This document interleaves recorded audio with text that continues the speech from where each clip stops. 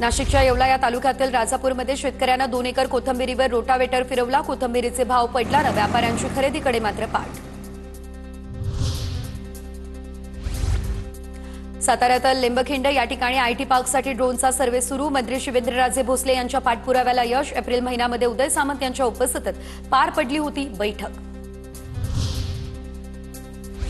राज्यात 34,000 कोटींची गुंतवणूक तर 33,000 नवीन रोजगार निर्मिती होणार। मुख्यमंत्री फडणवीस आणि उद्योगमंत्री उदय सामंत यांच्या उपस्थितीत विविध कंपन्यांसोबत झालेत करार।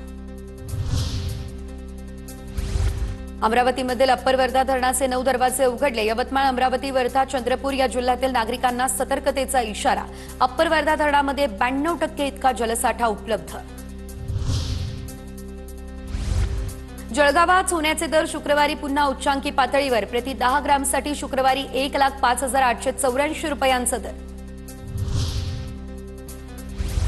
वाशिममध्ये पुस्तकांपासून साकारले गणपती बाप्पा। मागील 13 वर्षांपासून स्वरकुंज संगीत महाविद्यालयामध्ये साजरा केला जातो पर्यावरणपूरक गणेशोत्सव।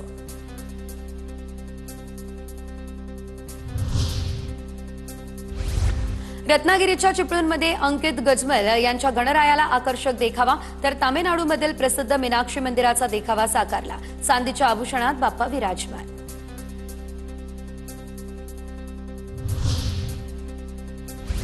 वाशिमच्या श्री महालक्ष्मी गणेश मंडळाने साकारला स्वराज्यातील 12 गड किल्ल्यांचा देखावा। जागतिक वारसा यादीत समावेश केल्यानंतर नागरिकांना अनुभवता येतोय देखाव्यातून छत्रपती शिवाजी महाराजांच्या शौर्यपूर्ण पराक्रमाचा इतिहास।